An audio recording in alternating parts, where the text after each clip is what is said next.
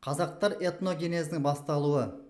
Жалпы барлығымыз да білеміз, қазақ халқы пайда болуы бір ғасырда, бір 50 жылда жүзеге асқан жоқ, ол мыңдаған жылдарға созылды.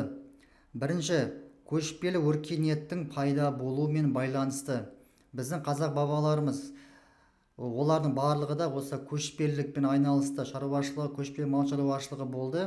Көшпеліліктің осы пайда болуы бұл қазақтар этногенезінің басталуына алып келген. Екінші, көшпелі малшылық көшпелілер мәдениетін қалыптастырды. Яғни көшпелілер тек қана малды сақтап қалу ғана емес, сонымен қатар олар өздерінің мәдениеттерімен, өздерінің салт дәстүрлерімен осы көшпелілер мәдениетін қалыптастырған болатын. Үшінші, көшпелі малшылық қазақтар этногенезінің басталуына негіз болды. Төртінші, антропологиялық, тілдік және этникалық элементтердің араласуы нәтижесінде қазақ этногенезі қалыптасты. Этногенездің фин-угор және үнді европалық кезеңі. Жалпы этногенез дегеніміз алдыңғы сабақта айтқандай халықтың шығу тегін зерттейтін ғылым. Ол тайпа бола ма, ол ру бола ма, халық бола ма, соның шығу тегін зерттейді. Ғылымда этногенездің екі кезеңі белгілі. Біріншісі этногенездің фин-угор кезеңі, екіншісі этногенездің үнді европалық және үнді ирандық кезеңі. Біз бірінші кезеңі қарастырайық. Яғни фин-угор кезеңі бұл фин-угорлықтар орал тілі тобына кіретін этнотілдік халықтардың қауымдастығы.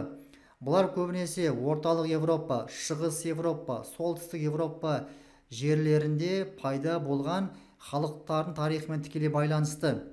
Ботай терсек мәдениетін жасаушылар аралас европоидты және оралдық антропологиялық түрге жатқызылады.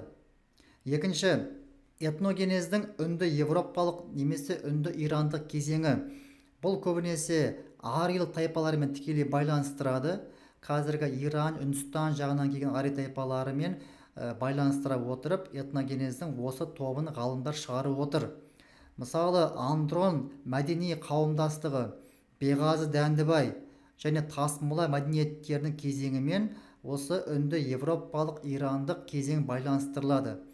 Сонда ғалымдар осы мәдениеттердің қалыптасуы үнді европалық кезеңмен тікелей байланыстырып отыр. Андрон тайпаларының үнді ирандық екендігі туралы болжам кездесетін мәліметтер ол бізде Авеста және Ригведа мәліметтерінде жазылған екен. Қазақстан аумағындағы ежелгі тайпалар этногенезі. Андрон тайпалары олар қола дәуірі мекендеген тайпалар. Андрондықтар мекендеген жердің батыс бөлігінде жерорта теңіздік тип болса, солтүстігінде оралдық тип болды. Ал шығысында монголоидтық белгілер орын алды. Біздер андрон тайпаларын Евразияның толықтай көпшілік жерінде таралған мәдениет деп айтатын болсақ, олардың өздері міне 2-3 типке бөліп көрсетіп беріп отыр. Келесі қара сұқтықтар. Антропологиялық жағынан аралас тип болып табылады. Мұрагері скиф сақтық келбеттегі тағар мәдениеті болды.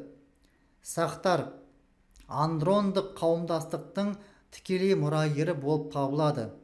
Далалық иран тілдес тайпалардың қатарына кіреді. Юведжилер Қытай деректерінде сақтарға туыстас болған және бактерияға өз атын берген иран тілдес тохарлармен байланыстырылады. Келесі үйсіндер. Бұлар жетісу жерін мекендеген жартылай көшпелі мал шаруашылығымен айналысты. Қаңлылар Қытай деректерінде Сырдарияның орта ағысында және Шаш облысында, қазіргі Ташкент облысында орналасты. Қазақстанның оңтүстігіне ғұндардың ығыстыруымен келді. Этногенездің түркілік кезеңінің басталуы. Жалпы қазақтар этногенезінің түркілік кезеңінің басталуы ғұндармен тікелей байланысты. Зерттеушілер ғұндарды түркі тілдестер деп есептейді. Ал ғұндардың мекендеген жері қазіргі Моңғолияның солтүстігі Алтай маңы деп есептейтін болсақ, бұл жақта монголоидтық белгілердің көп болғандығын білеміз. Түріктер өздерінің шығу тегі ретінде ғұндар деп есептейді. Бұның барлығы да қазақтар этногенезінің тікелей ғұндармен байланысты екендігін тағы да бір дәлелдеп отыр. Біздің заманымыздан бұрынғы бірінші мыңжылдықта иран тілдес тайпалар орталық Азияның тайпаларымен ассимиляцияға ұшырады. Яғни біздің қазақстан жер мекендеген сақтар бола ма, үйсіндер, қаңлылар бола ма, олар көшпелі тайпаларымен араласты. Нәтижесінде хорезмдік, соғдылық, бактриялық жаңа этностар пайда болды. Біздің заманымыздың басында юведжилер Бактрияда Кушан патшалығын құрды. Ал кейбір сақты араласып, Ауғанстанның оңтүстігіне көшіп кетті. Кейін Үндістанға қоныс аударды. Қалған Иран тайпалары бірінші мыңжылдықтың ортасында түркілермен араласып кетті.